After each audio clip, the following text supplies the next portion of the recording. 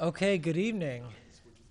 It is just after 7 o'clock, 7:01, so I think we're going to call this meeting to order. This is a meeting of the City of Urbana's Bicyclist and Pedestrian Advisory Commission, and it is Tuesday, February 16 at 7 o'clock here at City Hall. So we will start with a quick roll call. Maybe, I don't know, if Barb, you want to start at your end or call names? No, that's okay. Brandon Bowersox-Johnson. Present. James Radel. Present. Michelle Guerrera. Elsie Hedgepeth. Present. Cynthia Hoyle. Here. Audrey Ishii. Present. Susan Jones. Here. Jeff Marino. Here. Craig Schunkweiler. Here. There's a quorum present. There's a quorum. Great. Thank you. So next up would be approval of the agenda, and I actually have one suggested change. It's up to you all, the whole group here, but I know Cynthia had been in touch with me about an update on the whole snow sidewalk clearing safety issue, and she had kind of a little spin-off subcommittee meeting with some community members about it and wanted to report back on that.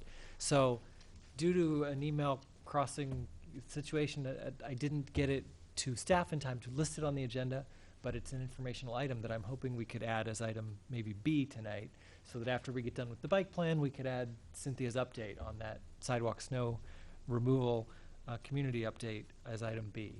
And then I know Charlie's here with some public input too. I got one public input card, but if other people are here to speak, you can fill out one of the yellow cards in the back.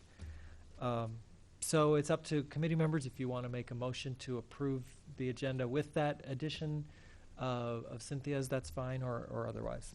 I'll move to approve. Okay, a motion by Sue. Is there a second? I will second. Okay, seconded. All in favor, please say aye. Aye. Anyone opposed? Okay, that motion carries. So we'll go ahead with that as topic B. We'll assume we'll get that far, and we'll just see how far we get through the bike master plan tonight. So next up is approval of minutes. There were minutes from the January meeting that Barb had sent out. I hope everybody got a chance to look them over. Are there any corrections?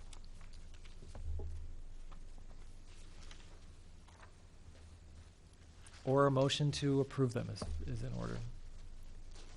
I'll move that we approve the minutes. Okay, From the motion January by meeting. Jeff. Anybody want to second that? I'll second. Okay, seconded. Any corrections or comments before we vote on this? Okay, all in favor of approving the minutes, please say aye. Aye. Anyone opposed? Okay, thanks. That motion carries. Thank you to Barb for the minutes. And next up is public input. So I got a card from Charlie Smythe, and I think he even has some pictures for us from a recent visit to Davis, California, which is a bike-friendly platinum community. So anyway, Charlie, the floor is yours for comments or pictures or both. Yeah, let me see if I can make this go quicker than I did last night. It's half as long. But let me get logged on, sorry. As many of you know, Audrey and I got a chance to take a work trip to California. As part of that, we visited Berkeley and Davis. And so I took my bike Friday in the appropriate tradition. Cynthia takes her bike everywhere she goes to work, right? Huh? Not everywhere. Yeah. I even did the brave thing of bicycling from the Sacramento airport to Davis, which was an interesting experience because it involved 2 miles of Interstate 5 to cross the Sacramento River. I didn't want to take the 35-mile loop going around, and you're allowed to use Interstate 5 there. So I was expecting to go after the bike master plan, but Oh, sorry, okay. No, that's fine. That's fine. Well, you're braver than I am to get on I-5 on a bicycle. Huh? The parts of Oh. I-5 I've been on, I'm scared to get on that in a car, so. Well, what's funny is that it is pretty scary in a car. I agree. It's California traffic takes a moment to get used to. It's always touch and go. And I'm almost ready, sorry. No, Gotta no tell problem. it to split the screens here.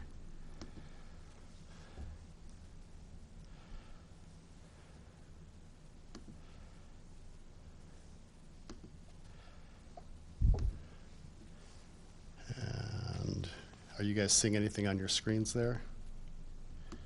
Our screens aren't on. Oh, your screens aren't It said on? no signal for a minute. Now it's just black. Yeah, Oh, we did come say on. something for a minute, so we'll see. The We little, can watch on the little amber light is on, and we can probably see the big screen. No, that's the key. Oh, I'm not getting the screens to for the screen to show up on the system here.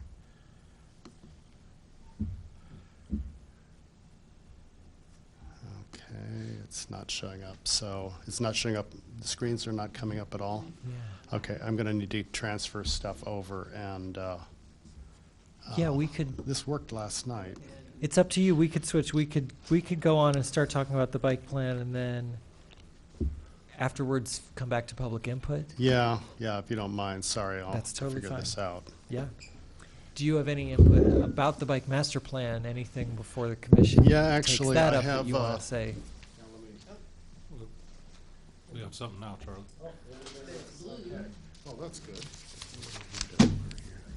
Well, that fixed that. Okay. I'll jump into this.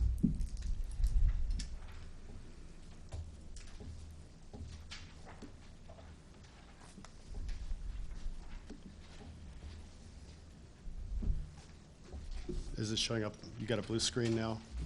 Yeah, you see the same Blue, thing? yep. Okay, it's coming. There we go. I'll move this over. Aha. There Yep, we we're go. getting the same thing that's on the big screen, so. Can everybody see okay? Okay. Okay, Okay, there we great. go. Okay. Go right ahead. So real quickly,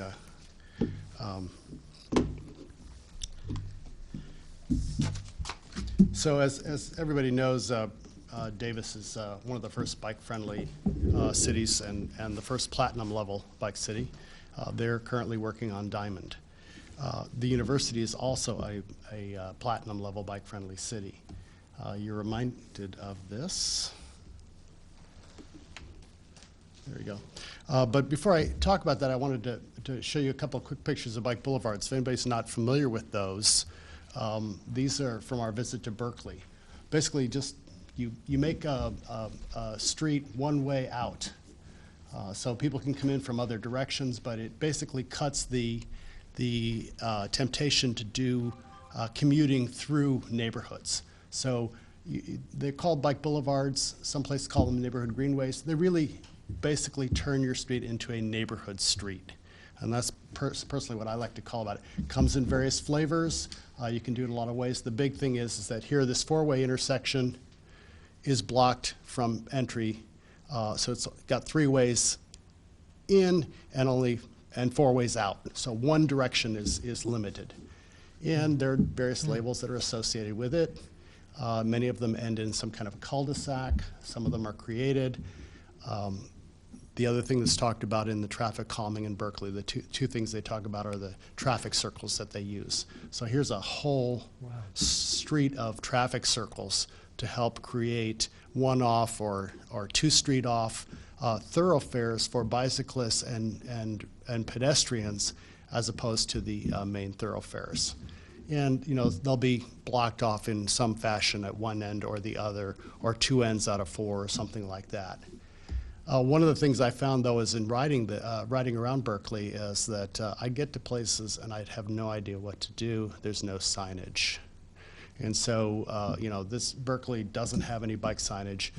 It's a really good thing to have, and it's something that we've got coming. What they do have on campus, which is a silver level university, they do have much more in terms of facilities and marking than the city itself. But they've had to create walk zones because they have such congestion, and they haven't figured out how to segregate their bike traffic from their pedestrian traffic in some places. Davis, on the other hand, has solved this, and the University of California, Davis has solved this, and it's interesting to see the contrast. So let's pop into Davis real quickly. one of the things I want to use this for is to illustrate what visioning can bring you. Davis got started with its bike stuff in the 60s. They've been at this for 45, 50 years, and they've never stopped progressing in creating a bikeable, pedestrian-friendly, livable community. One of the first things you notice as you walk or bike in Davis are the underpasses and these very wide multi-use lanes. What's missing here is the number of people using them. It's usually unbelievably busy. People just go zooming by you in both directions. There's a lot of really good signage. You're very welcomed to the city of Davis and the University of California, Davis. The city and university, along with the school district and the business community, the Chamber of Commerce, completely support that joint mission of what seems to be public art, the bike and pedestrian-friendly amenities, and making the community a very livable place. Now, one of the things that makes for a great community is that their campus town is also their central downtown. So the University of California, Davis is off to the southwest. Here is their campus town, downtown area, and by ordinance, they don't allow box stores, big box stores. They have one Target in the entire community. And so you have some strip malls, lots of mom and pop, and a thriving downtown. It's very, very impressive. And so by ordinance, these developments up here have been approved by the public to actually be able to construct these properties. This property has just been approved and is under construction. This property was not approved several years ago. So this property is currently being developed. Now you'll see two colors on here, a bluish green. That is their on-road bike infrastructure, their bike lanes.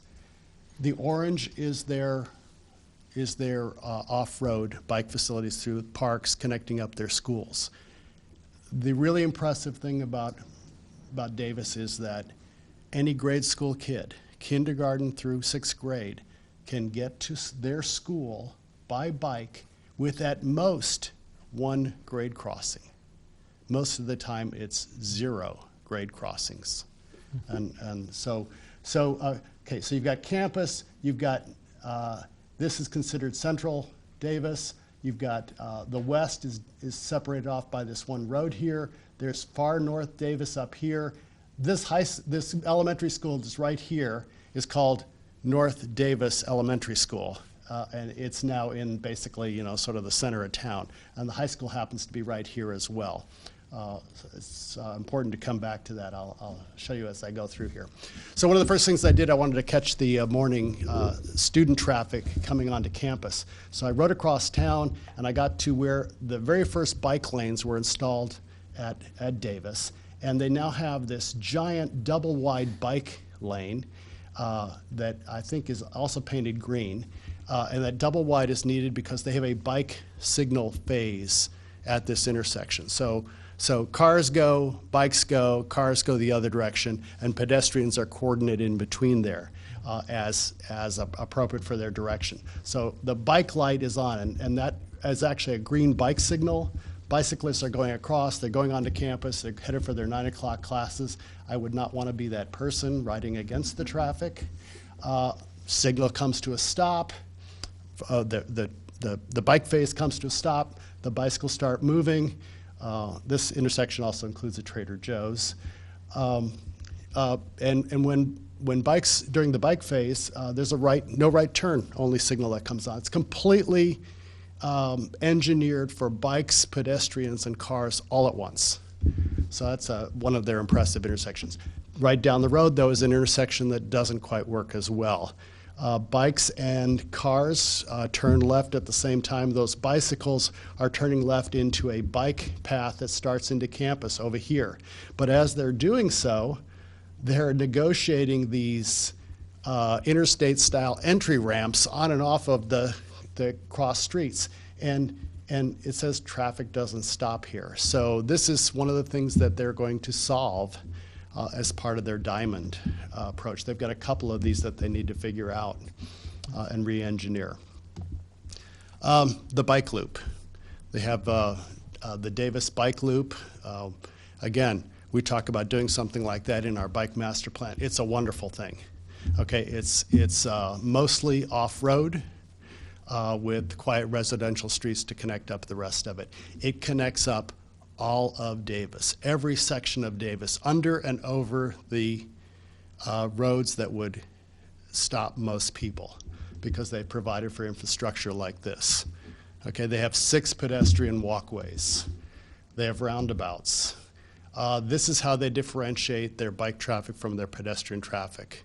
They've created wider asphalt service and bicycle ways and sidewalks to the side where they try to segregate pedestrians. Here's another one of their stack. This is on the west side, actually. They've created a traffic circle and some infrastructure here and a stack here. But they did something sort of weird. They've got too many parking places. If you're a vehicle that wants to turn right here, you can't get to that tiny little spot that's been saved for you. It's basically useless. So you end up lining up behind the bikes. And so there's some conflict creating here in the early morning. This is another problem they want to solve. So one of the things that makes Davis Davis is that in the 60s, early 70s, the city council created development goals that require multi-use access and green space. They've connected up their parks and schools in these new areas by simply requiring it as part of the development code. So this is East Village, one of the first expansions of Davis. And the first thing you do is you enter it on a multi-use trail. You enter it on a multi-use trail, and the roads are alleyways.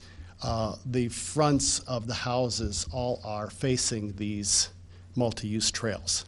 So it sort of flips that on its head. But not all the developments are like that. Many of them are more traditional, but they're all connected, as you will see. Here's an elementary school that I went by on this path. And in the center of this is an underpass under that road. I'll come back to that. Every one of these parks is sort of centered so that there are cul-de-sacs or entry points from the neighborhood at 3 or 4 different points. Okay, so you saw to the left, and this is the other end that we're going out. And again, in another direction, you get to another pedestrian bridge. This pedestrian bridge, actually, to the left up here is North Davis High School. So from far North Davis to get to the near North Davis, you cross this pedestrian bridge. And on the right is the high school. So anybody who's living in that North Davis section has quick access to the elementary school and the high school that service them. There is only one high school. Here's another interesting thing. Sometimes you're coming out of a park, but you come onto a street. It's got north-south bike lanes, but the T intersection where I'm standing and taking this picture where you might want to be going to is offset. So they've created, where the green paint is, they've created a contra flow lane to force pedestrians and hopefully bicyclists to come over to the intersection and cross as appropriate. So that's one of the things they solved. I mentioned that there's a development going up in that one corner, that in between those 2 currently developed things. They're trying a Dutch-style intersection here where there's protection and the signal is here, a protection for the bicyclists and the pedestrians in here. The only issue is that this is extremely wide. It takes like 22 to 25 seconds to cross that, and there's a considerable amount of controversy over whether this is going to work. I think are you familiar with this intersection or the planning that went into this?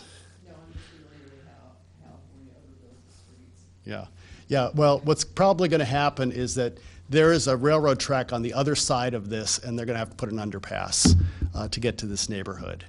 And they're probably going to have to solve this, too. So we'll see what happens. Davis, another thing that they did in the 70s, they had some derelict houses. they had no qualms about buying one and tearing it down and creating entryway to the street and community that's on the other side of this. So they've connected up two neighborhoods where there's a shopping center that you can't really see. There's a street light back here, and there's a shopping center, a grocery store right behind this house on the other side of that road. So instant connectivity there. Here's another solution I thought was very good. They use paint very carefully. They use green paint and to denote the potential conflict intersections. This is a road that you can see better in this way, a Y intersection type thing. And so the bicycle lane is coming across here. The pedestrian that you saw was back here on the sidewalk. She's got a little crosswalk mark here of some kind, you know. So, and actually, if you look back at this picture, it's a yield intersection for cars going west. So, you know, she's checking for traffic. I couldn't have asked for a better shot to get a participant there. So anyway, I thought this was very interesting. Oh, the other thing they do is their outer line for their bike lane is very wide. I think I can't remember if it's 8 inches or something like that, but it's very wide compared to the inside lane. Then they have places where things aren't marked. This is actually a problem intersection. This is a blind corner with a bike lane coming in where people want to get to this entry to the park and elementary school that's down this way. There's a cul-de-sac behind me and a T intersection that you can't see on this island here. This is a problem they're also trying to solve. I suggested they take out this median and put in a contraflow lane there, like they've done in other places, in that other site. And for some reason, no one had thought of that, so we'll see what happens. If I gave them a little something, I'll be just shocked. Anyway, here's another solution that they've come up with. This is a raised brick intersection in front of a school, one of their newest schools. I don't have a picture of school. There's a brand new school here, elementary school to the right, and they put in this raised brick platform in front of the school. Of course, behind the school is a park and the usual amenities that you find in Davis, one of the 30 underpasses. And they build these underpasses, they don't start with a level road. They dig 2/3 of the way down and take the dirt from that and build the road up so it's got about 1% incline. So I don't really show that. I left out that picture. There's a 1% incline leading to this bridge over this underpass, and so that's sort of how they keep from having to do quite as much engineering.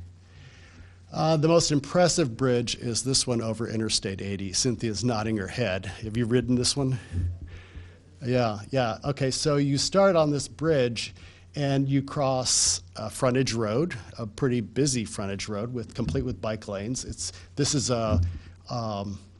in their light industrial area. There's some pretty impressive businesses there. So you cross this frontage road, you cross 2 lanes of the Union Pacific, you cross the bike path that takes you to Sacramento. That runs about 10 miles here along Interstate 80. It is actually part of the original Lincoln Highway. And if you look real closely, you can see 2 pavements down there. This older pavement they didn't pave over. It's part of the original Lincoln Highway, which goes across southern Champaign County. And then you go across 6 lanes of Interstate 80, and you're dumped into another neighborhood in South Davis. And of course, you know, there's a park here to the right. You can move on to the road here to your right on bike lanes, or head down to the park here and cross into the park. This is part of their green loop. Of course, there are several tunnels that take you from one neighborhood to another. I think there are 2 or 3 neighborhoods. Their University Tech Park is down here. It's opposite the university on the south side of Interstate 80 here, and there is a lighted, very nice, this actually brings me back to where I started from. This is the underpass on Interstate 80 in the southwest part that brings me back to campus and where our hotel was, back to the Arboretum area. So, you know, that's sort of we've just done the 15-mile loop, basically. The university has no qualms about putting in some protected lanes. The city has no qualms about skateboarders and rollerbladers using the bike paths to get, this actually is the first street on their, this guy's on his way to the center of town. So campus is, of course, crawling with bikes. About 40% of the students at any given time are on bikes. This is center of campus that's been re-engineered more recently. They've carried through with that same design on the newer part of campus. And then this is the Lincoln Highway. My last day out, I went out to there's a Lincoln. It runs into a frontage road and keeps on going till you hit this 2-mile wide wetlands. And right here in the far distance there is Interstate 80. There is a 2-mile bridge on the south side of that bridge. There's a 2-mile pedestrian bike bridge attached to that so that you can keep riding into Old Sacramento. So anyway, so I actually I turned around and came back after visiting that wildlife area. Everybody wonders why is Davis so different? I think I discovered the reason why here. They are sort of alien in their approach to things here compared to what we've done. But there is a bottom line here. They have partnerships across the board. They really believe in bicycling as part of the bikeable, walkable cities. They've believed that for 50 years. But they've created two kinds of connectivity. They have the commuter connectivity that takes you, if you're on the road, road-based connectivity, you can get from any point to any destination safely using bike lanes. They don't have problem intersections. They don't have any blockades to getting where you want to go. And then they've created the second pillar of what I think is connectivity. They've created that quiet residential street, multi-use path, green bike, that Davis bike loop, so that anybody of any age can get out and be active.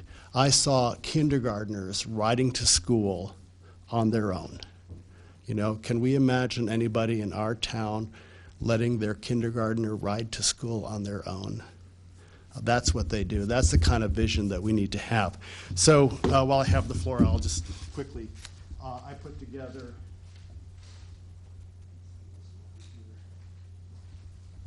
some comments. I put together some comments on the bike master plan. And I can send this around electronically. I really won't go into it tonight, except to say that we have a lot of the elements of a great vision in the plan. On the back page is an article that we happened to catch while we were there from Davis on their plans to get to Diamond. On page 7, there's a box that I've bolded there that I consider the most important comment I have. Our goals, our recommendations, and whatever in the plan are buried in the text.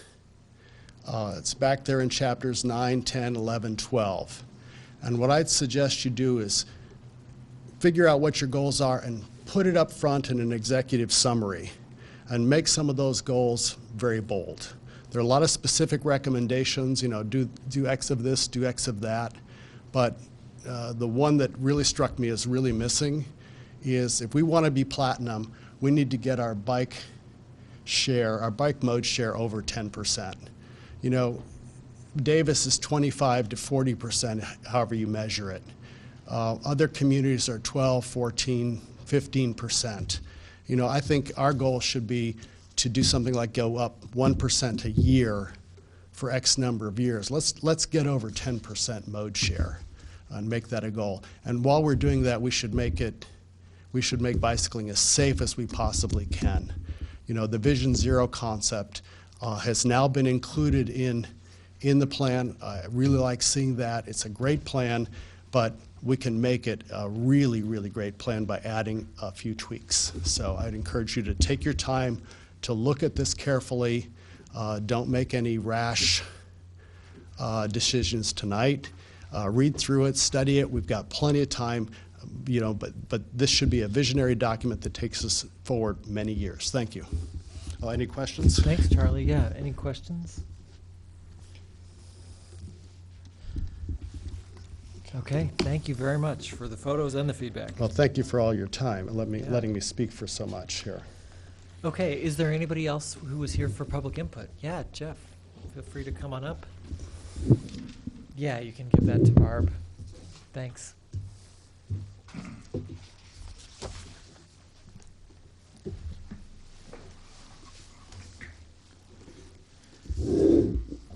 Okay, I'm Jeff Yockey. I live at 304 West Washington Street. I'm the Executive Director of Champaign County Bikes. I serve on the Urbana Bike Master Plan Steering Committee, and once I assumed some new roles with Champaign County Bikes a few years, this was the first steering committee I was a part of. Since then, I've been on a couple more, and I've been learning more how these things operate. And I live in Urbana, so I guess I have comments at several different levels. And Charlie and I didn't confer. He's all stoked up from what he's seen in Davis. And Cynthia and I are both on the steering committee, and so we looked at this back in October and gave some input back then. I think it's sort of seasoned, and there's been multiple conversations. A bunch of us after the commission or the planning meeting, whichever group that was, went out and talked at more length, and so I think a few things are beginning to gel. One, at 300 some odd pages, it's a big document, and I continue to learn something every time I read it or reread it, so it's an incredible resource and reference. And there's lots of pages given towards wayfinding signage, and I'm so excited that all you have to do is follow that. I mean, they've thought about it, they've got the picture of the sign, you can just go and implement that. That's going to be great. And I don't know if you have it, but to make note, on page 162, I think I finally begin to figure out a little bit of where some of the tension and dissonance is as we look at this. And overall, it's a great document. But where there are some issues, I think it begins right in this section on section 9, where it talks about goals and objectives. And the sentence says, Champaign County RPC staff has updated and developed 6 principal goals for the Urbana Bicycle Master Plan. And what I'm hearing is sort of a discussion, in the document that has been generated by the insights and input that Gabe and Rita and their staff have put in here. And then on the other side, I think it's some of the community leaders, the city leaders, the leaders in the bike infrastructure that are asking a different set of questions. And so I think as we work through the goals, that is a key place. I think in the goal section, out of all 350 pages, there's only 12 pages long. So I agree with Charlie's statement that all the elements are in here. I think if we relook at that and clarify the priorities and bring certain things up to light where they're visible and actionable, then the document's going to be really, really good to go. So ambitious goals, they come from really visionary and passionate people sort of knocking it out together for a while. So here's a few of my thoughts. And if you read there's just a different intensity, I think, as you go through the goals here and the goals that I would, might throw out here for ideas. One is increase bicycle mode share of all trips taken in Urbana to 20%. Okay, so we could wrestle 20%, 15, how are we going to get there? But set it up there and go after it. And how are you going to do that? Increase the convenience of using a bicycle and make it more of a headache to use a car for a short errand. So some of the cities have actually closed off outlets to certain neighborhoods and made bike exit very convenient. And if you get in a car, you have to drive your way out of the out of your subdivision or neighborhood up here to this big thoroughfare, come back over here to where people are like, it's a lot easier just to go get groceries on my bike. And so they do that, and there's lots of things happen. Champaign County Bikes just worked on a new 5-year strategic plan, and as we reviewed a few other plans from other advocacy groups, one of the concepts I picked up on that's showing up more and more is just lowering the stress of riding a bicycle. So it's a very easy indicator. get rid of all your white knuckle situations. And not just white knuckles for me and James and Sue, but white knuckles for Jeff Marino's wife, who's ready to send her kids out the door. If there's any place that she worries about, that needs to be targeted and engineered out. So low stress routes everywhere. Increase the number of kids who bike to school. Aggressive goals, 15% in elementary school, 50% maybe in middle school, 60 in high school. 30 people riding their bike to high school maxes out the bike parking at Urbana High School. You know, we're just not even set up to do that. But let's set a big goal, identify the biggest obstacles, create a, all school, all kid bike education program. Every kid in the 4th grade gets it. And then we just start building up from there. Again, with Charlie, setting our goal to become a platinum status city in 5 years, and then to say, let's be the top city in Illinois for the next 15 years. Let's just keep going. And let's make that a goal. Just lots of good things will come as we just pick that out and keep working at it. It's going to be great when people are catching us and joining us, but let's set the pace. Here's a goal. Make our bicycle culture, infrastructure, and lifestyle a key asset for Urbana, attracting young and smart talent, new enterprises, and progressive business people. Cynthia was just saying that Peoria doesn't want to become an old industrialized, post-industrial town. So they are beefing up their bike infrastructure solely to attract millennials who will think, I want to be there. So what asset does Urbana have? Our bicycle culture, infrastructure, and lifestyle could be a key asset for us going ahead. So let's put it out there and make it remarkable when people show up. My goal number 5, let's aggressively seek solutions to the 10 biggest challenges that bicyclists face in Urbana. Our bicycle map, I didn't make it up here with me, identifies 10 intersections that we have problems with in Urbana. Let's shoot that all the way to the top and say, let's address and fix all those. And so those go away. We have new high-density student complexes. We need to make sure that we've got great infrastructure to all of those so that every student who lives north of University, every student that lives up on Cunningham in those things, their best option for a safe and quick trip to campus is by bicycle. If we do that, man, a lot of good things are going to go.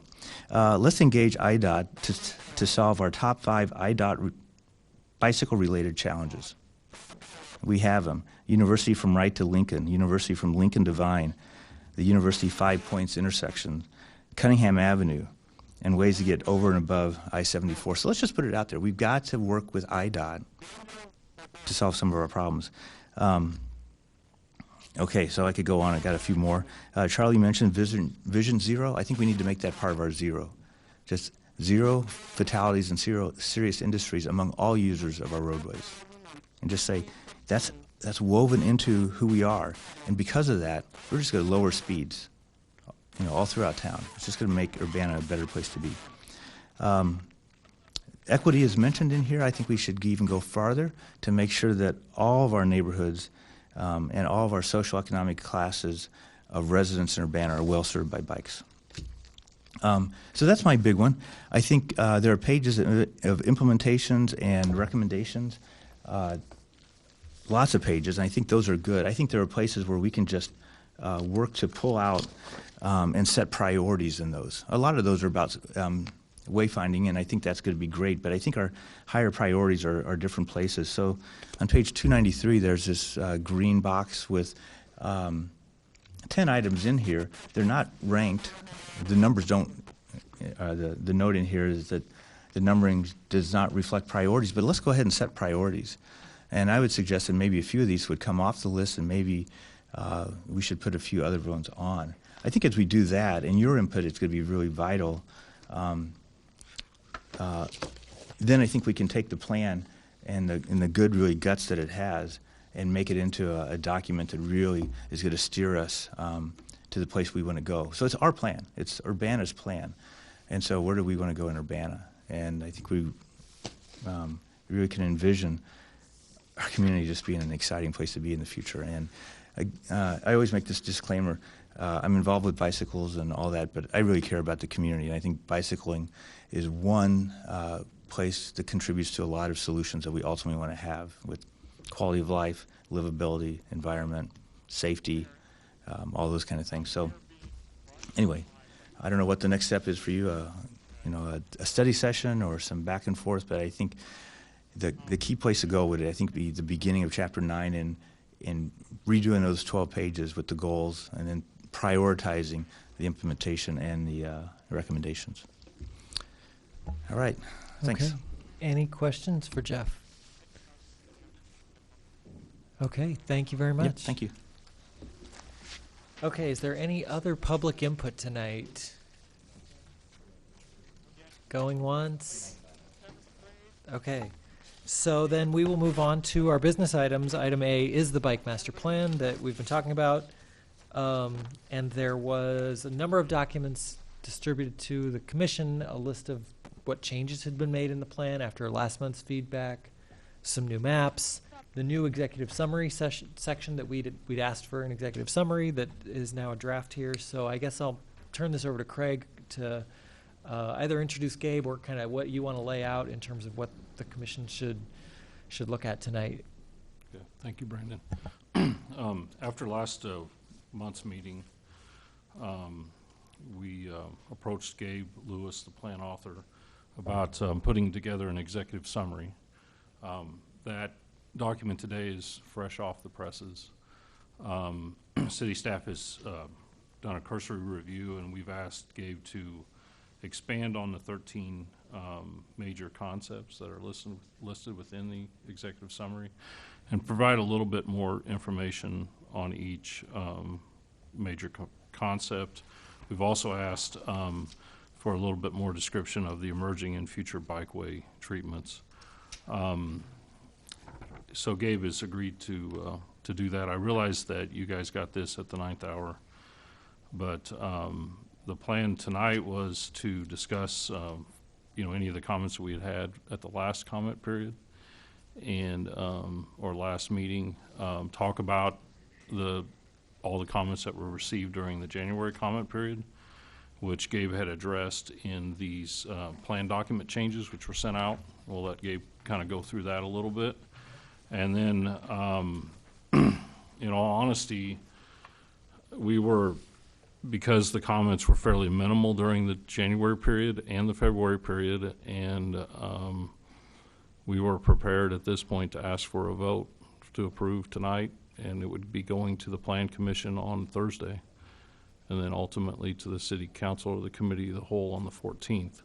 I will tell you at this point, the fee is far more than expended. There is no money left. We will have to, if we want to continue to make changes, at this point we're already in the red. We will have to probably go back and ask for a budget amendment to council. It's just a fact of the matter. We paid over $38,000. We went through 2 years of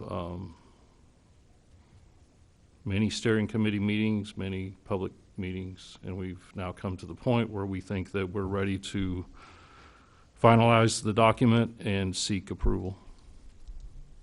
So that's basically where staff's sitting at this point, based upon all of the comments. And that's not with respect to Mr. Yaki's comments today, but we've had many steering committee meetings to get to this point. So that's kind of where we're sitting. So maybe we'd have Gabe, I asked Gabe to come and maybe just give a little bit of a highlight of the major changes that had come about. He could talk about the education and enforcement component, which there was a question last time on that. And Gabe, you want to come up and we'll just talk about this a little bit? Welcome, good evening. Good evening. Thanks for having us. I am Gabe Lewis, Transportation Planner with the Regional Planning Commission. Like Craig said, let me pull out just some changes. We made some changes to, a few changes, hopefully not, anything too excessive. I know that you got that you got it today based on my schedule and trying to fit everything in. This is when we were able to get everything to you, but we did draft the executive summary, and we did make some changes, some minor changes to the beginning of the document and updating the plan year from 2015 to 16. But then I'll just go through mainly through chapter 11 and 12. For the Main Street corridor, we added some language to explore the feasibility of establishing a bike boulevard based on public input and staff input and things like that. The section that we're proposing, which is one block just east of Goodwin Avenue, is a university-owned street. And that's been something studied in the University District Traffic Circulation Study, so that's why that's there.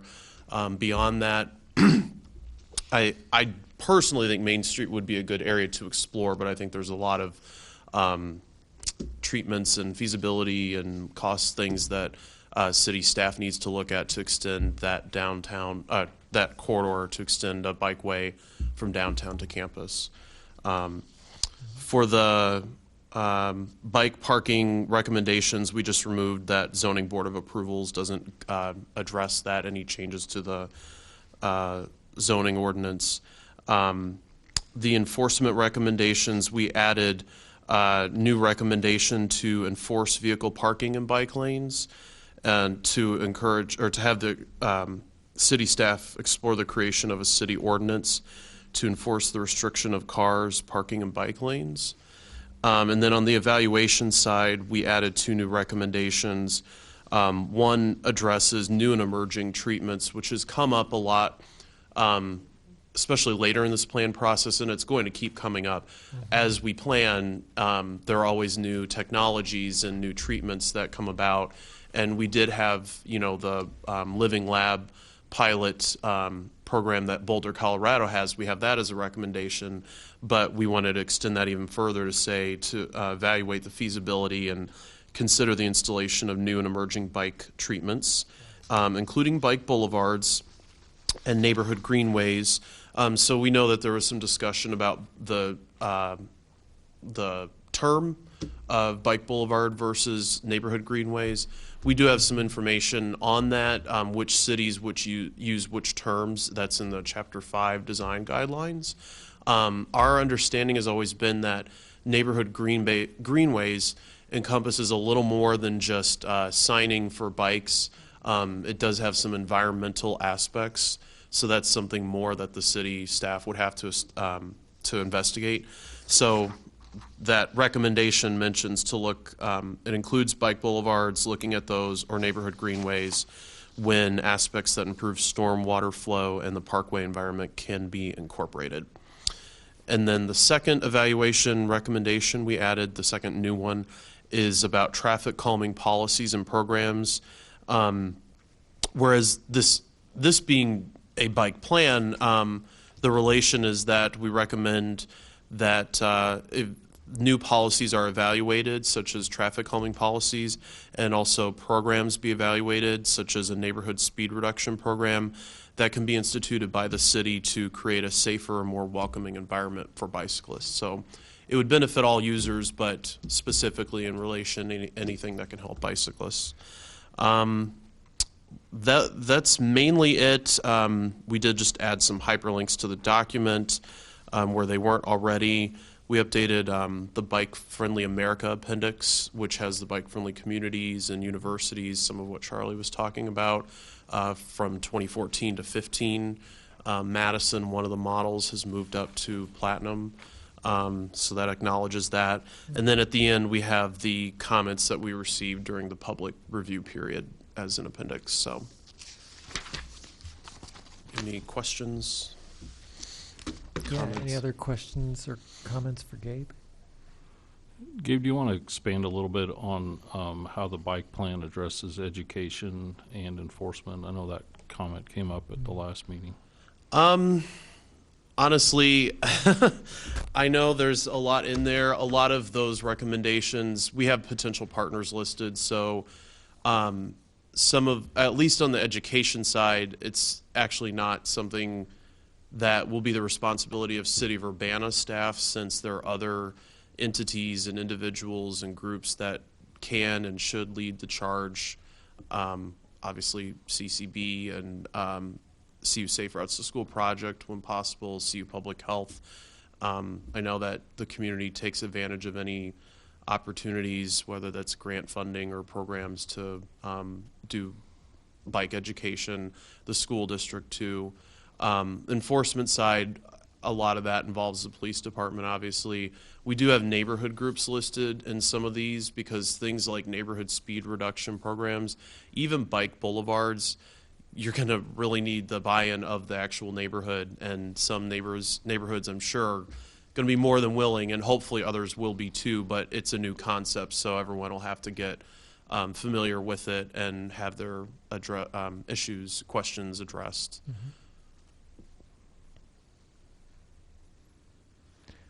One thing I wanted to ask about, and yeah, any commission members then can chime in too, about the executive summary. I know one of the things that Jeff said in his public comment was, could the executive summary mention some of the goals? And at least in my quick read through of it, it doesn't highlight some of our big goals about changing mode share or increasing safety, decreasing crashes or injury accidents. I wonder if it's feasible to add one paragraph in that executive summary that just says, like, we have big goals for increasing mode share, but see the goal chapter for our SMART objectives where you can see how they're going to be measured and tracked. So that we don't have to duplicate ourselves, but we can at least make it clear that we have big goals in this plan, and you'll see exactly how we're going to measure all of them in the goal chapter. I think some mention of the goals in the executive summary would help address that part of Jeff's issue. And I guess just to echo that, I read through this, when I got this afternoon, and I did like the way that you listed all the things. The first time I read through the document, it was hard to kind of figure out where all of the pertinent parts of the document were. It took me a while to get through all 300 pages. But this did a good job, I thought, of highlighting some of the parts of the document, summarizing it, and then if you want to drill down, you can then go to the document and then kind of read further about what you're interested in. So I thought it did a good job, but I do think it could probably use another paragraph to kind of list specifically the goals. So, yeah. Cynthia? I would like for, at the beginning of the executive summary, for it to outline our vision and say, the vision of this document is to create a community where the casual, less competent bicyclists, can bicycle for everyday trips, and, put a summary, so we're our gold bicycle level community. We want to improve, and, this is the vision for our plan of what we hope to accomplish in this community, so that inspiration, that vision is, we'll set it off in a box or however you want to do it, but I want it to read as something inspirational rather than sort of an ordinary introduction to a document. Okay. And luckily this meeting is taped, so that as you started verbatim suggesting a sentence or two there, we can capture that off the tape. Yeah. That's good feedback. Yeah, I think that's in the executive summary, some of what Charlie and Jeff are talking to is we're not pulling out, what it is that we have big ambitions here, and this is what we're trying to accomplish, and something a little more along the lines of cheerleading for what it is we want to do, summarized here in addition to your excellent factual description of what we're trying to do. Okay. Other comments? I have a Yeah. question. Craig mentioned that the budget is in the red on this, and we need to have it approved so we can move forward. Is there a way we can create a proposal that includes a few sentences about the big goals we have, Vision Zero and Mode Share, and approve the master plan tonight so we can stay on track and stop going over budget? Yeah. What I was going to suggest is that we make a motion to approve this plan with the understanding that we will be reviewing and updating it annually. I think that is one of the things that we as a body should be charged with doing, is taking a look at the plan annually and saying, here are the things we feel we need to add to, we want to amend it and update it. And that doesn't necessarily require hiring anybody to help us with that, and so that we could then add in Vision Zero and because I think we need to talk with the police department and some other folks before we add that into the plan at this point. But I'm with you. I think we need to approve it, but I would like to have a process for updating it and improving it as we go along. Craig, what do you think of that? Is that something staff has ever considered, is like a process of more frequent, smaller updates to the plan over time? I hadn't thought of that either, to be honest with you. And I think that's something that if we want to pursue that, we need to table it, because we'll have to discuss it. Yeah, I think we need more information. There's a possibility of a funding component to that. I mean, there's limited staff time that we have right at this moment. It'd be something I'd have to talk to my director. We'd probably have to talk to the mayor to get get some direction.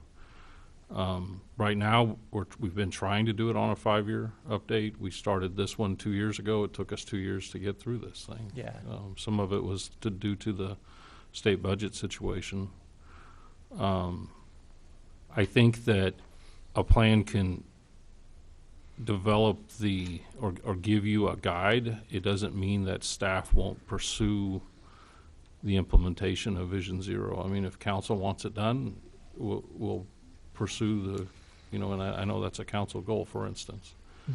Mm-hmm. We've talked internally within the engineering division about traffic calming policies. We know that there's some need for those, or neighborhood speed reduction. We've talked about that, but quite frankly, we have limited staff, and it's difficult. I mean, once we move on to that, we have other things we still have to get out the door, so we're trying to weigh all this out or hire a consultant. That takes money too.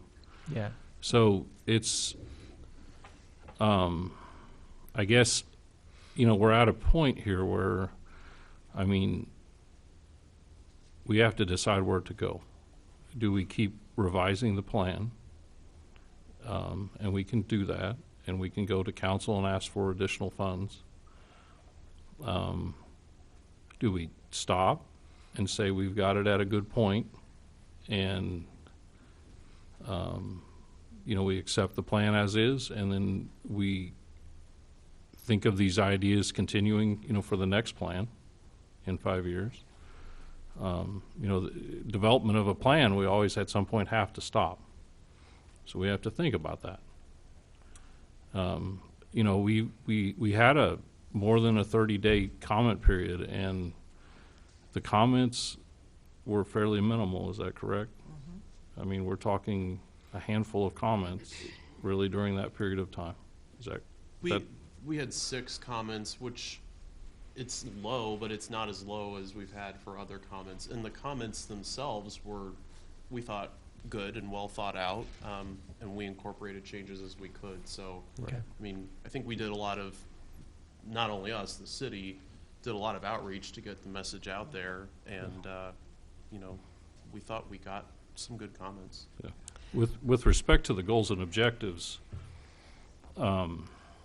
some things infrastructure-wise are just basically fiscally constrained. We usually don't install bike lanes unless we have a good pavement. We just make that a matter of policy. We just don't do that. I mean, striping is one thing, but we have had our best success when we have striped a pavement that we've resurfaced. A lot, I will tell you, I'm just telling you, from managing the road funds at this very moment, a lot of our work, our money is going to the MCOR project. We are likely not going to be doing much of anything for the next 2 years elsewhere in the city, other than seal coating and things like that. So we can have ambitious goals. That's great. I like that. But I can tell you reality-wise, if there's money involved in it, unless the city council comes forward and gives us more money with what I have to deal with right now, that's why you see what you see with the 5-year plan. It's just fiscally constrained. That's the way it is. Well, I guess I'll make a comment, and then commissioners too. At least some of the comments that, like Jeff and Charlie had, seem like they're the kind of comments that, with with a few sentences in the executive summary, like I was suggesting or Cynthia was suggesting, we capture them. And so one question to you, Craig, is just if there's those sorts of simple changes or those the kind of changes we can still give input on and we can still address, even if it's us suggesting the 2 sentences rather than asking our consultants to go back to the drawing board so that we can really be Certainly. respectful of their time. Certainly. Is that kind of feedback okay without, as you were saying, without us somehow, going into... And I would say this, I mean, look, if we wanted to instruct the consultant to do some revision and we waited a month, I mean, like Charlie said, we can do that. Mhm. There's no sense of urgency with getting this immediately, passed tonight. The issue is if we go back and ask them to do a rewrite or a significant change in a section, we have to understand what that means. And we spent the money was expended Yeah. as of A long year time ago. ago. Well, I don't hear anybody asking for that. Yeah. But Okay. I haven't heard anybody ask for that tonight. And as a professional planner, I will tell you that it is considered the best practice to review plans annually or biannually and talk about what you need to update. And it doesn't mean you would hire a consultant or spend a lot of staff time on it. And I see Rita wanted to address this too. Yeah. I think that the best way of doing that, and this is what we have been doing, is using the performance measures. And Yeah. we included performance measures as part of the goals and objective and all that. Then, Yeah. as long as the city staff keep track of all the performance measures, give you an indication in which direction you are moving, if you are achieving your goals or you are not achieving your goals, if you need to change direction or you don't need to change direction.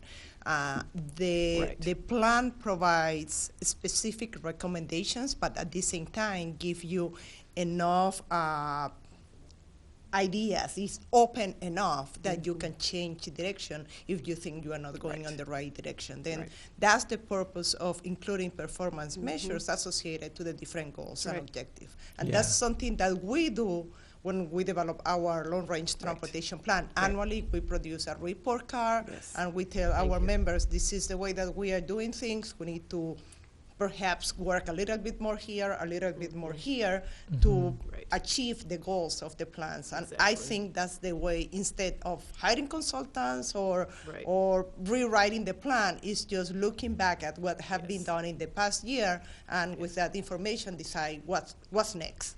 Yeah. And that is a perfect job for an intern. We can work with the planning department and come up with the capability of tracking and creating a report annually. If we don't track what we're doing and see whether or not we're succeeding, then we're not accomplishing anything by passing a plan.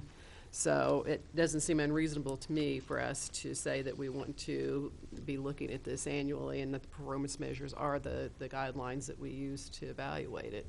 And as part of the performance measures that we do annually, as part of the long-range transportation plan, QH staff collect that data, and we can share that data with the city. There will be some data that they will have to collect, but the majority of the data will be available from us for you to evaluate. It's basically the evaluation portion of the plan. Yeah. And then we can kind of have an annual conversation about how we're going in the plan, and have an annual conversation about if there's new things we want to put on the list that really are for the next plan update of, say some new kind of bicycle boulevards gets invented somewhere or whatever, and we can say, okay, here's a treatment that we want to put on the radar. We're not going to amend it and put it into the plan now, but for the next update of the plan, it's the kind of concept we want to fold in or try experimentally. And I had one question. Jeff, The life yeah. of the plan is a 20-year plan, and then I guess there'd be 5-year updates. Official. So yeah, if you had a good idea, you could incorporate in that 5-year update. Yeah. Okay. But even on that aspect, the plan is open enough to allow you to Yeah. incorporate those kind of treatments if those are new treatments. Yeah. Those are the new things that were incorporated as part of the plan. Yeah. Well, Okay. I'm Cynthia? willing to make a motion, and we can certainly continue discussing, that we approve the plan with the changes to the executive summary that we've discussed here tonight, and with the understanding we would like to annually, we'd like to have an annual report and assessment of how we're progressing in the plan. Okay, that's a motion by Cynthia. Does anybody want to second that? Going once? I'll second it. going- Okay, seconded by Jeff. And yeah, we can keep discussing, so no rush. I think we got to some of the executive summary feedback. Is there anything else about the executive summary as people read it that they felt like, okay, some other, concept needs to be mentioned or highlighted there?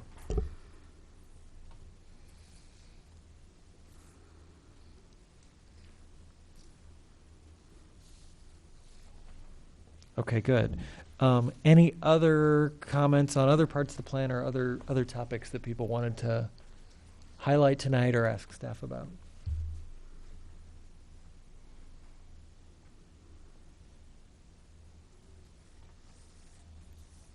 I think one of the things I just wanted to go back to some of the public input and ask about was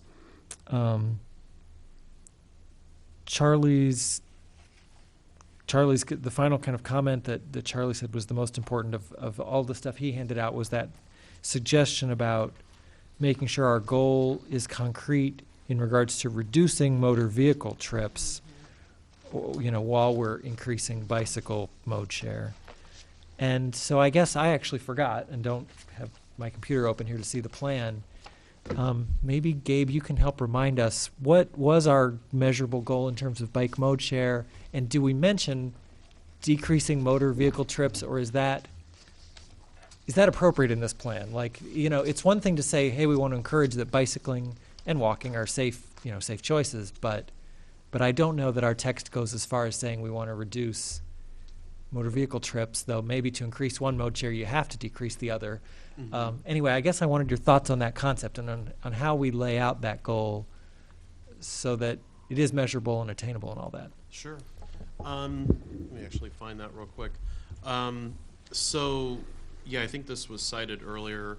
It's goal 1.5, objective 5, to increase the bike mode share in Urbana for all trip purposes by 3 percentage points by 2020. And from that, we have a footnote that references the pedestrian and bicycle survey that we administered at the beginning of this plan process, and that I added into the executive summary, where I believe it was 9%. So it asks, like, how many days a week do you use a particular mode of transportation and for what use? And so bicycling to work and school, 9% was that 3 to 4 days, or was that median? And then 11, it was even higher for biking to other destinations. It just encompasses everything else at 11%. So those are the baselines for that objective. Right, we don't have anything exactly about reducing motor or car trips or car mode share. But that's in the long-range transportation plan. Right. It is in the long range, and that's what I was going to mention, that it is difficult to include an objective like that one in this kind of plan because It's just one Champaign-Urbana is all mixed together. Then it is difficult to say we are going to do this for Urbana because there are a lot of people who live in Champaign and work in Urbana, or live in Urbana and work in Champaign. And if Champaign is not doing the same, then it is really difficult to get to that point. Then at the regional level, we try to do that. And what is making the situation worse at this time is the gas prices. Then even though we have that goal in our long-range transportation plan and we are working toward achieving that goal, I don't know how I will be doing. Yeah. Then that's the problem with, is the same, and the same, for example, will apply to greenhouse gas emissions. you can say in Urbana that you want to diminish the greenhouse gas emissions, but if you don't do something to diminish that in Champaign, it's really difficult because the same situation. You have people driving to Urbana to work or driving from Urbana to Champaign to work, Yeah. and then Okay. measuring that kind of elements is really difficult. Okay. So from your perspectives, it sounds like the increasing the bike mode share goal is realistic for this plan. It's more realistic. But that broader talking about decreasing vehicle usage is for another plan that already exists. It's more regional. Okay. It's more regional. And it sounds like, Gabe, from the numbers you were saying, our goal here is 3% increase over 5 years. Mhm. Okay. Okay. Which may be based on, if I'm understanding Charlie's comments right, I think he was thinking from the numbers, maybe it was only 1% over 5 years. But 3% over 5 years is the pace we're currently recommending. The other aspect of that a few people mentioned here was the Vision Zero thing, and I know that was discussed maybe a bit last month, and maybe a bit at the steering committee too. But I guess where did you all end up in terms of that Vision Zero idea of how much we mention it versus how much it's our official goal? Well, Or maybe it's in the- Brandon, just to Yeah. interject there, but that's not just bicyclist fatalities. That also is pedestrian fatalities. So it's more than the bike plan. And I think it's good to have it mentioned in here. But I think the city needs to take that on as an overall objective or goal that they're going to address for more than just bicyclists. That Because that's kind of a vision for your whole transportation for system. everybody using Exactly. the roadways. Yeah. Okay. Gabe, what were you going to say on the? Yeah, I forget how the Vision Zero is currently mentioned in the latest version of our goals. Can you kind of recap that? Yeah, so we more recently added section 9.7 called Visionary Concepts to address Vision Zero. And that's where we talk about what Vision Zero is and want to, addressing that Urbana ultimately desires to achieve zero bicyclist fatalities and injuries. And we really only had one, which is still sad, but one bike fatality within the last 5 years of crash data that we reviewed. So to have a measurable goal, the next step down is zero, which is good, and we want to keep it that way. But the Vision Zero side, where you can quantify it, it still takes a lot of work. It can be achieved, but there's a lot of resources that have to go into it sometimes. I think Cynthia's points are really And well we had made, more too. pedestrian fatalities than bicycle Yeah. fatalities, so. Okay. And Craig, I think the most important part of this is that things like Vision Zero become officially mentioned in a document like this, just like traffic calming, just like neighborhood speed reduction, because what that does is that gives, it's all vetted out through the process. It ultimately goes through the city council, and it gives city staff something to sort of begin to hang their hat on with the direction of the mayor and the council on where they want to go. So I think it is important that Vision Zero be mentioned. Same thing with traffic calming and speed reduction, because then when we get into the weeds, so to speak, we go back to, well, what were we trying to accomplish here? And it's almost like setting a framework. It's like kind of like the Constitution. I mean, that's what we are starting with here. That's the exciting part about something like this. yeah. Okay. Any other questions or comments on the Vision Zero stuff or the goal stuff?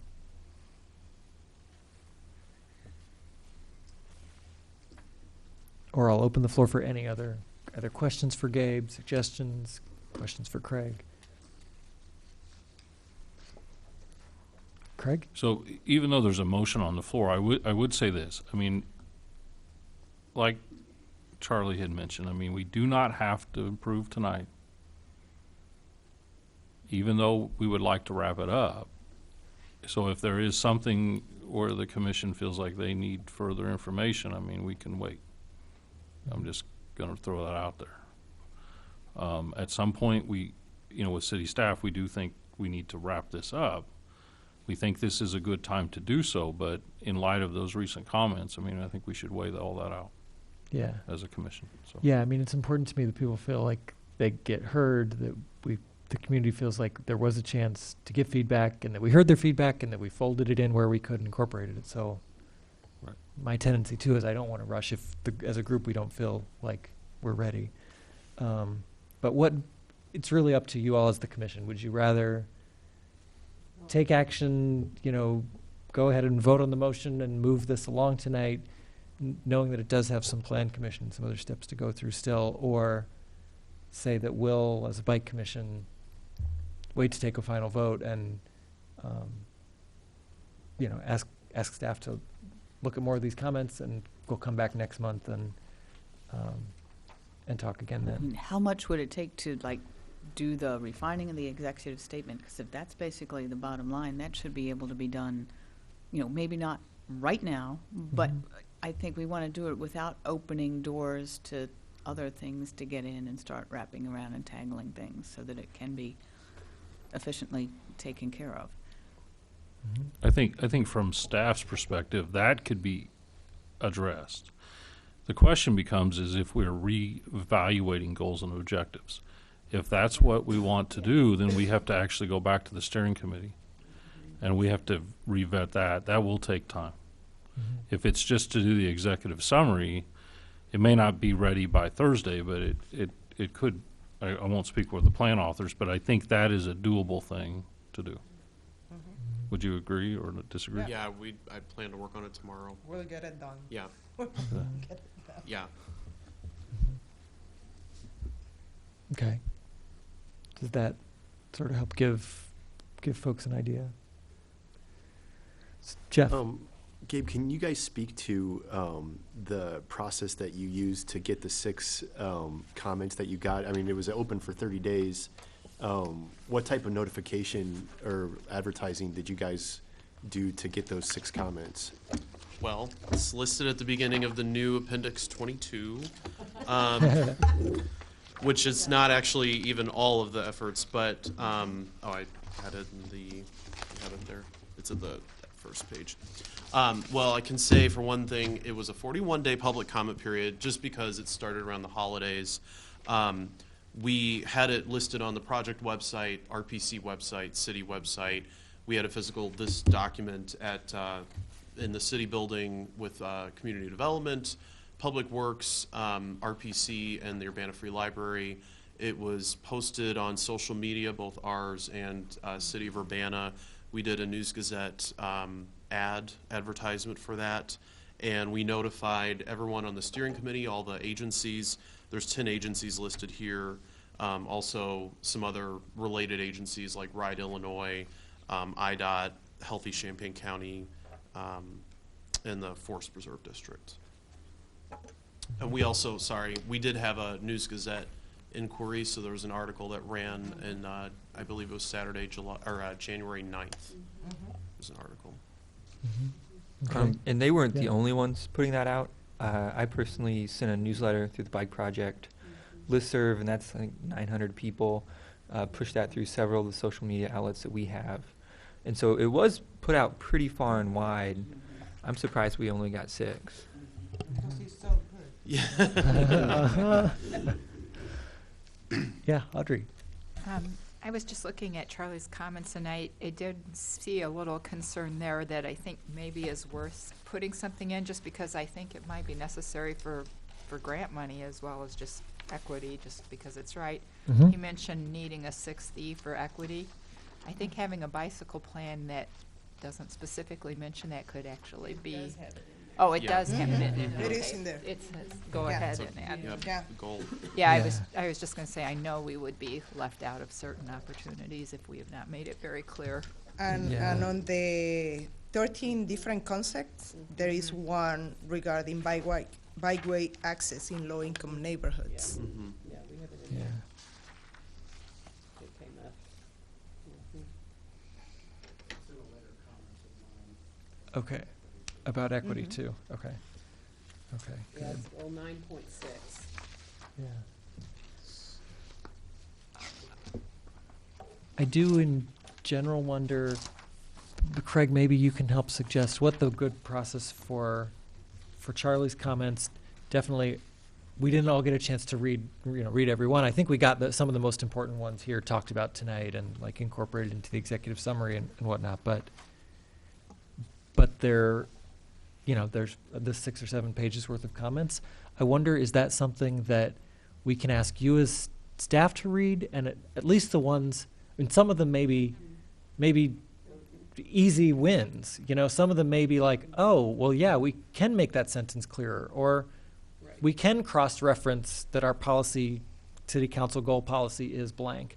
Some of those may be corrections that we can simply vet at a staff level and ask Gabe and Rita to incorporate into the document that are pretty easy. And then maybe some of these others are not as easy. Maybe some of these are really hard, fundamental, like, changing our goals and whatever. And so they're things we'll have to talk about later, talk about in our next plan, or that it will come up again at city council or in later meetings. But at least in terms of reviewing them and seeing which are the changes here that actually are easy to incorporate and boost the plan, is that something you all can take on reading? I mean, I'm going to go home and read them too, but is that something you as staff can kind of do some and route things to Rita and Gabe so that we've at least incorporated the feedback here that we can? Yeah, I think we can, and I think we'd actually ask our consultants to go ahead and take a look at it and see what they could pick off too. Okay. There may be some things that are more structural that, they, are difficult. Right. For us to, incorporate at this time. But I think, we could, any of the easy ones, sure. We can. Some of them are just wording. Right. Yeah. We Yeah. can do that. Okay. And I'm okay being informal. So Charlie, I'll call on you from the audience. Go ahead. Yeah, my apologies for not being able to get this done in January, but as many of you know, Audrey and I had a very hectic Christmas in January, and we just simply could not get this done. There were just too many family issues. This also, my comments include that of several other professionals that I brought in to this. And it really addresses it. It's a great plan. And like I said, we just need to, that executive summary, which I've forgotten about, is going to be in there. That executive summary can prioritize some of these things.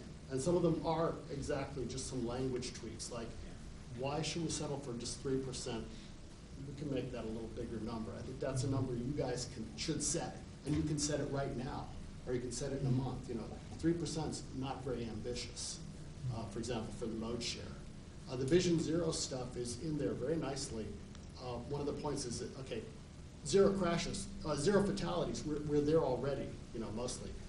For reducing the serious crashes involving a bicyclist, though, we can go analyze our crash data and see, we can go in there and say, well, we can do better than 20% reduction.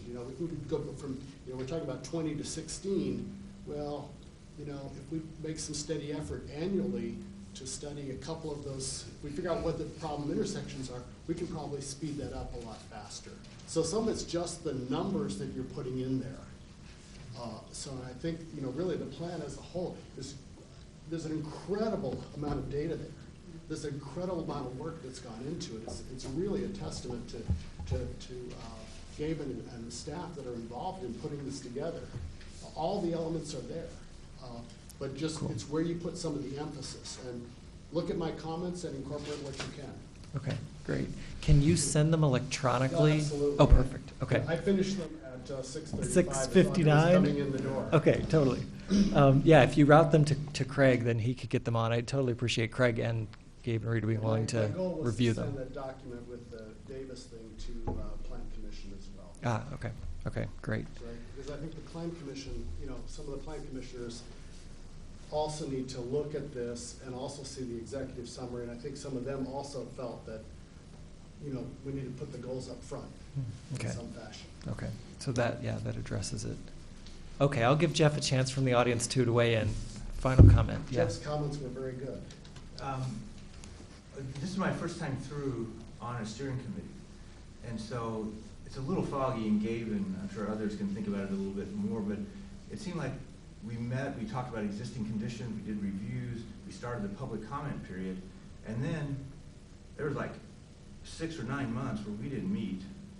And then if my notes are right, we met on December 3rd, you know, and tried to digest 300 pages in a week. Cynthia and I dominated most of that hour-and-a-half meeting. And then we haven't met again.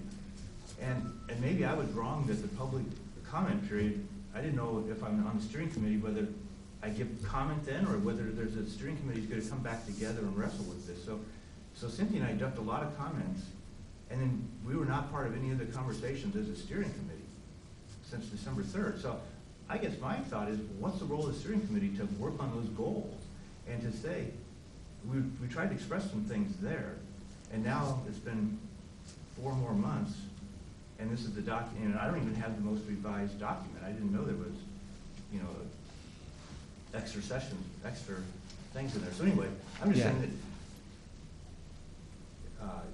if the committee met, we talked about a lot, but it's not like that's where a lot of stuff got hammered out. So maybe it's this committee that does it, or maybe it's, I don't know exactly, but it's. Yeah, that's totally fair. And you're right, if you don't have the latest version of everything, yeah, and don't feel like we all closed the loops, then, okay, then that's a miss, and let's you know, make sure we can close as many loops here as we can. And maybe, Craig, in terms of what happens next, I think that steering committee isn't scheduled to meet again, right? At this point, its work is done, and the document is here, and then at Plan Commission, and then at Council. So maybe describe what is kind of the coming sequence where. Well, do we need to vote on the motion on the floor before we start talking about next steps? Yeah, we could, I guess, if we vote yes on the motion, what are the upcoming meetings or the sequence where the final, final document feedback happens here as it leads up to a city council, final vote? Well, if you recall, a month ago, we brought the draft to the commission, to this commission. So we had our discussions then, and then now we knew at that point, at the end, we were talking about incorporating some tweaks, and we asked for the executive summary, but we would be coming back for a final vote tonight. That was the goal at that meeting. Right now it's scheduled for this upcoming Thursday's Plan Commission meeting for discussion. Now, the commission, now it enters to their purveyance. They may decide not to vote on it. They may have some further questions. The Plan Commission comes into play because this document becomes a part of the comprehensive plan. Okay. So it's an amendment to the 2005 comp plan. Once the Plan Commission is satisfied with the document, then it will go to the Committee of the Whole. And then at that point, and for the Plan Commission, we're asking Gabe and Rita to come Thursday for that meeting. And then let's just say it passes Thursday, then it would go to the next available Committee of the Whole meeting, which would be the 14th of March. Okay. And then it would go from there, whether or not the Committee of the Whole had questions and things that they wanted to address. But being as this is the first time that the Plan Commission gets it, my sense is it would be like ours, where there might be some discussion, and then, it could go to another meeting, perhaps. Okay. We don't know. And the Plan Commission would get the latest version with the executive summary and whatever? Yes. Okay. Yes, if that was able to be put together in time for that, yes. Yes. Okay. Okay, any other questions or discussion on the document and the motion that's on the floor? Okay, well then I'll recap the motion. The motion was, and Cynthia, correct me if I got this wrong, that you made and Jeff seconded. The motion was that we approve the plan with our feedback about adding to the executive summary, and with the idea that we review annually the progress and send it along. Okay, any final feedback, comments before we vote on that? Then all in favor, please say aye. Aye. Anyone opposed? Okay, that motion carries, so you all have some direction from us. Thank you. Yeah, that was a big one. Thank you. Thank you. And thank you for Craig and Gabe and Rita being willing to come and, hear our feedback and review Charlie's as well and all of it so that we can fold as much of this in and get a final Could you please send your document. vision to us, Yes. please? Oh, okay. Vision statement. Mm-hmm. And then we'll get our safe routes to school plan done. Mhm. This has been occupying my time. Yeah. Something was Next on the keeping docket. Gabe busy. Okay, great. Well, then that concludes the bike master plan topic. Our last topic for the night here is the update from Cynthia about the sidewalk snow shoveling and a community meeting to talk about some ideas for that and some new research. So Cynthia's here with an update on it. This isn't an action item or anything tonight, just to keep the commission in the loop about what's happening, what Cynthia's found out, and what other partners have started to engage on. And I printed a handout for you that go along with the presentation, and I guess with all of the other materials I was coming here tonight with, I had a big pile, and I didn't get here with that, so I can email that to staff, and they can send it out to you. But by way of background, we first started talking about this in December of 2014. We had a presentation on it. Then in July of 2015, we had an update, and during the discussion on that, the suggestion of a working group to provide the commission with some additional information and ideas was suggested. So a working group was put together. We invited city staff, and Kevin Garcia was going to come, but he was unable to attend. So you can see who was there. We had the conversation last week, February 10th. And we took the information that we have. We know, just by way of background, that we've got 25% of our trips are by walking, biking, or taking transit, and that the impassable sidewalks create a significant safety hazard for people in our community, and for some people in our community makes the ability to get around impossible. People in wheelchairs or with other mobility restrictions simply cannot get there, and the transit district, for example, gets calls from people who can't get to the bus stop. You see this sort of an approach to a bus stop, and there's no way someone in a wheelchair can get to a bus stop with that. And additionally, then you have things like property owners clearing their own parking lots and piling it onto the sidewalks, so that even if someone had cleared the sidewalk, then they put a mountain of snow and make it impossible.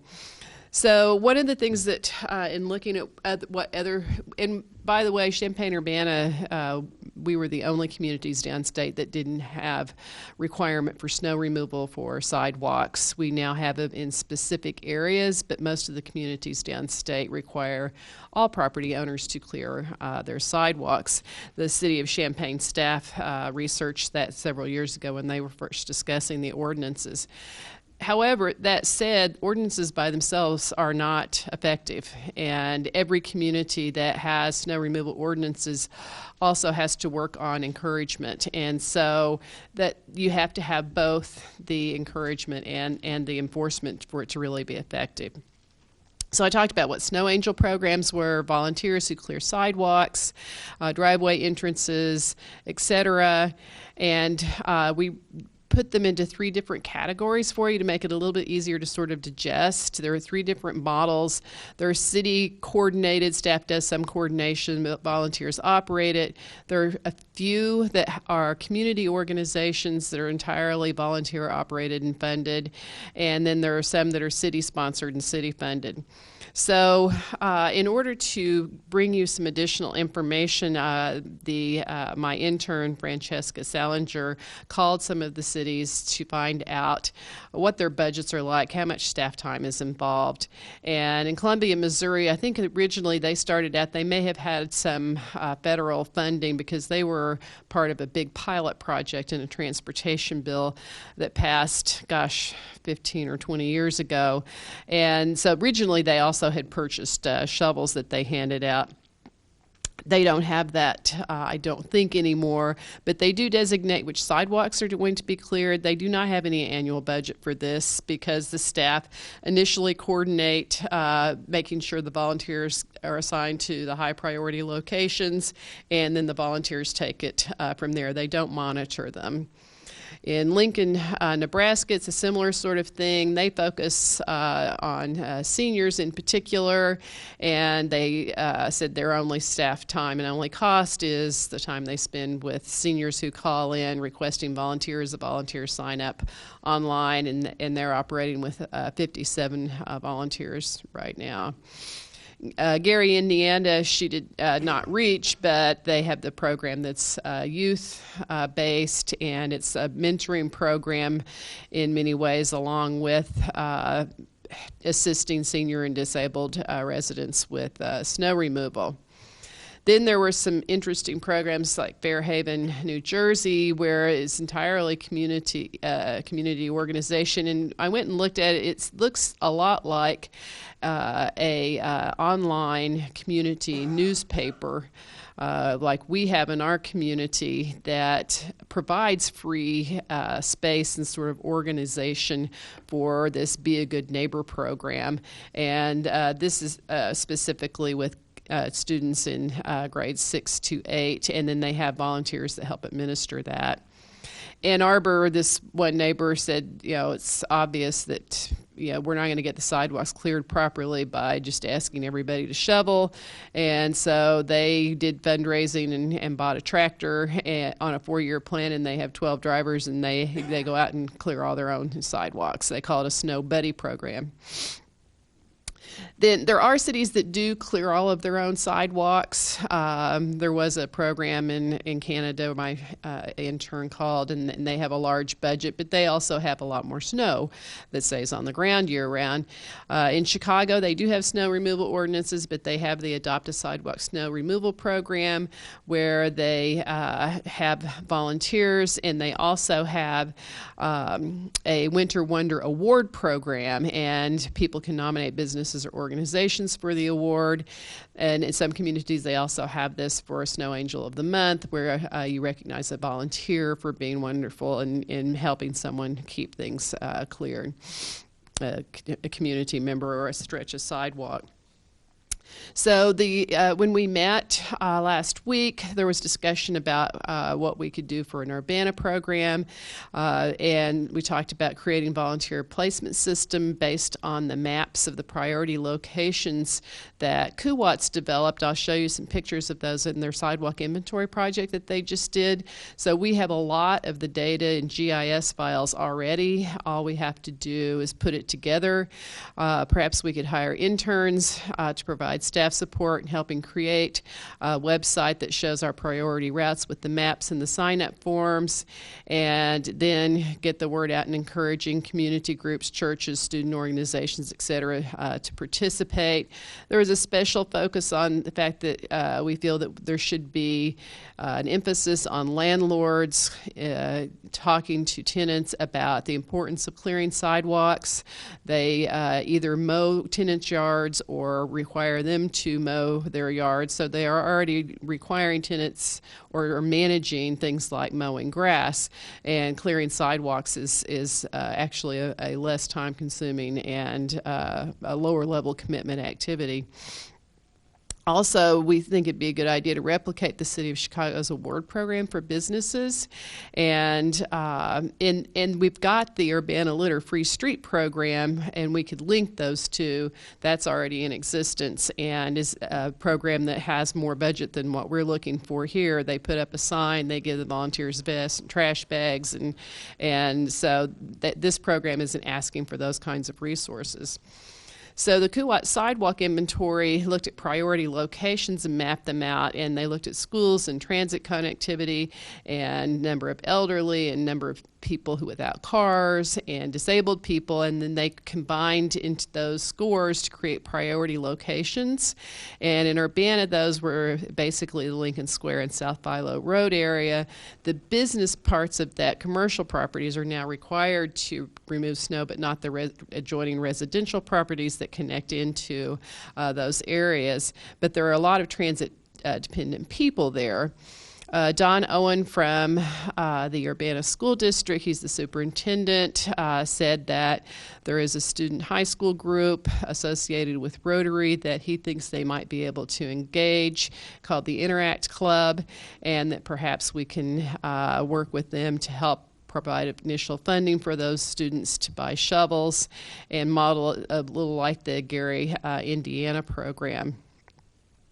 These are some of the maps. This shows you how they mapped out to areas of people with disabilities, and so you can see this area. This is a PowerPoint that I can't show you with a dot, but in the far right hand down corner, that's the Philo Road area. You can see that we have a significant concentration of people in Urbana in that location.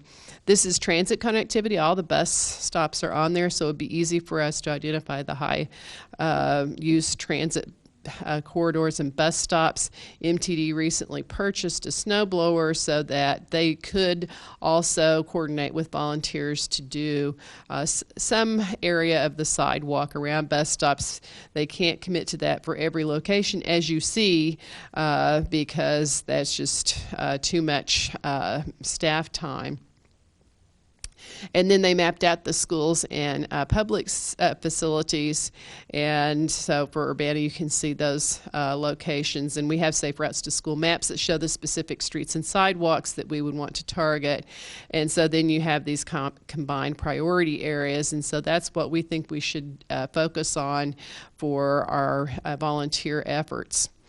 So the group came up with some recommendations, and they said one thing that BPAC could do is consider recommending a city-sponsored encouragement program with some staff support and helping coordinate volunteers. That is a best practice.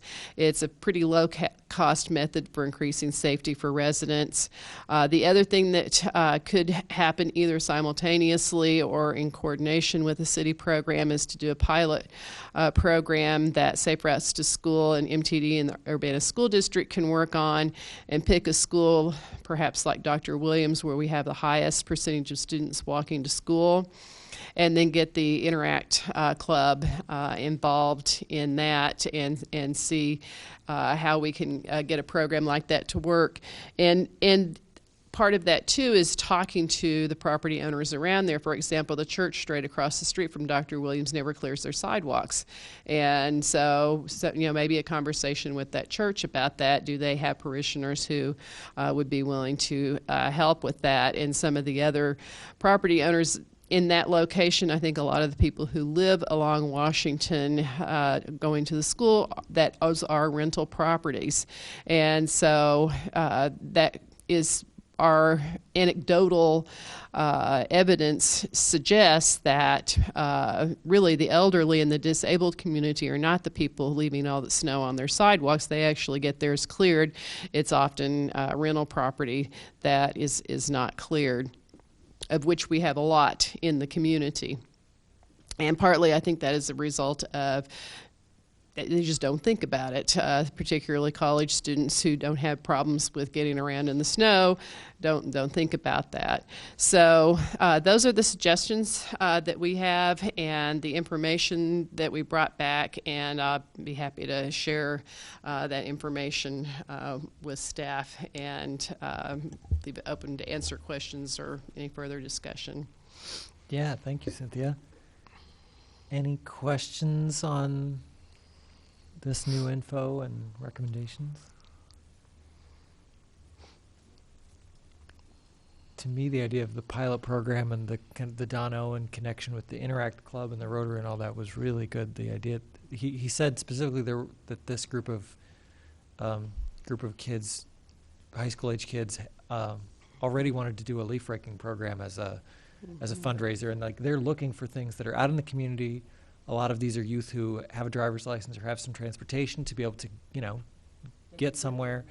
And they're looking for this kind of volunteer thing just to give students concrete ways that they can be volunteers out in the community. So it was like, gee, if that could help us with a pilot program and start to get this off the ground in a targeted area and see how much effort it takes, see how we can pull it off, that would be just an awesome connection. So, any other questions or comments about it? Okay, and hopefully all of you are shoveling your sidewalk when it snows again.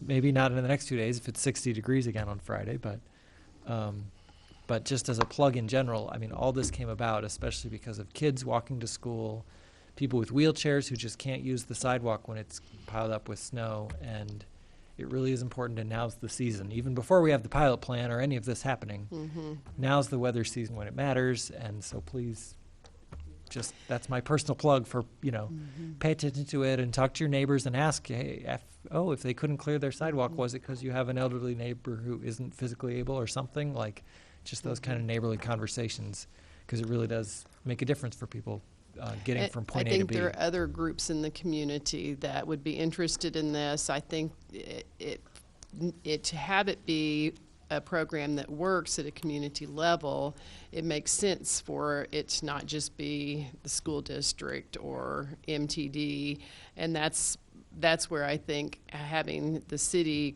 working with all of these other entities so that we can pool our resources and have this in a location where it's easy to find and people can get the information and sign up, it would make it work much better. So the Park District already clears theirs really well. So there are some locations we know we don't even need to look at, and the university does as well.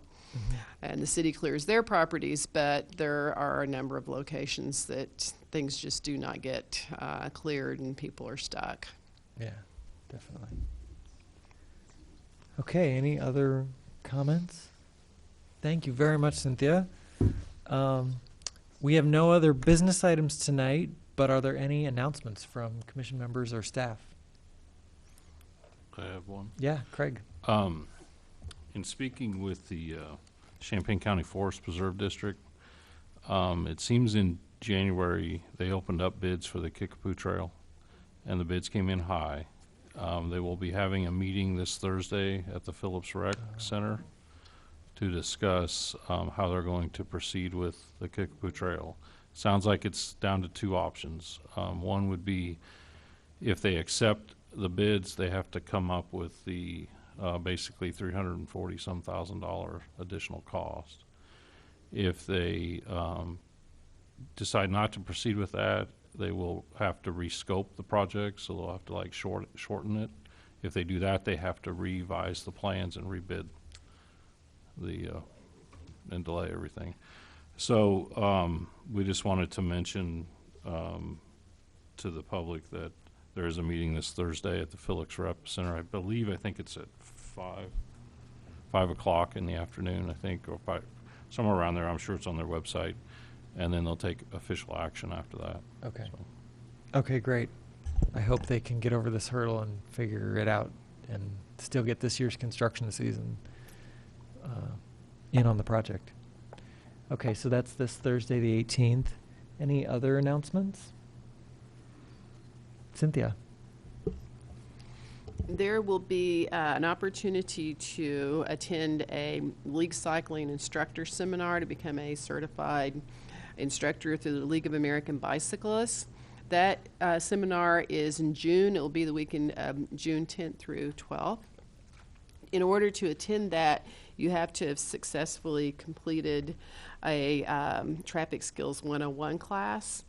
So for those people who have not already done that, who would like to become league cycling instructors, we have set up a process, and you have to do it so far in advance. So what that pushed us up to is having our on-bike trainings happen during the first 2 weekends of March. So we set it up so that you can take the classroom portion online. It's free. And then I do a 4-hour on-bike training with some of the local instructors to pass that so that you'd be qualified to go to the League Cycling Instructor Seminar. The seminar is a $300 registration fee. So we're using our Safe Routes to School grant to offer scholarships.